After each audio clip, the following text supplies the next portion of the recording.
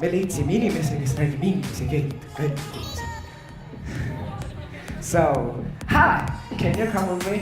Bambuse söest tehtud mask. Just.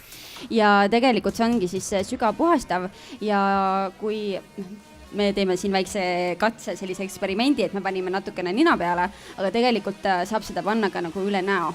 Et esmalt tegelikult peaks avama siis poorid. Kuidas ma need poorid avan? Selle naha nagu ette valmistama siis selle maski jaoks. Et selle jaoks siis tuleb selline soe rätik panna naha peale, siis avab need poorid.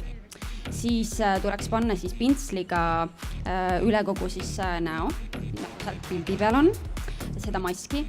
Ilus nägu siin pildi peal. Just.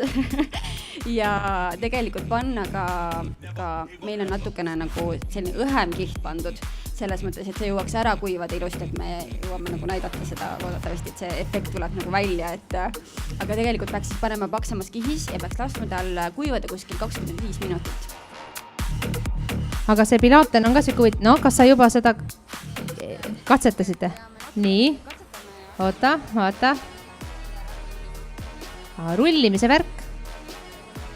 Päris hästi rullib ju. Õhukese kihina ka, siis me püüamegi teda nüüd niimoodi ära saada.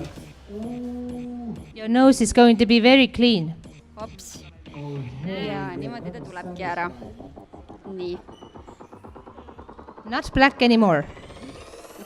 Not black anymore, jah. Et nüüd on see nina, siis sügav puhastatud. See oli vinge asi. Seda ma soovitan teil proovida järgi ja siis selle asja nimi on Pilaten, et siis kui tahate rohkem infot selle kohta, siis tulge küsige.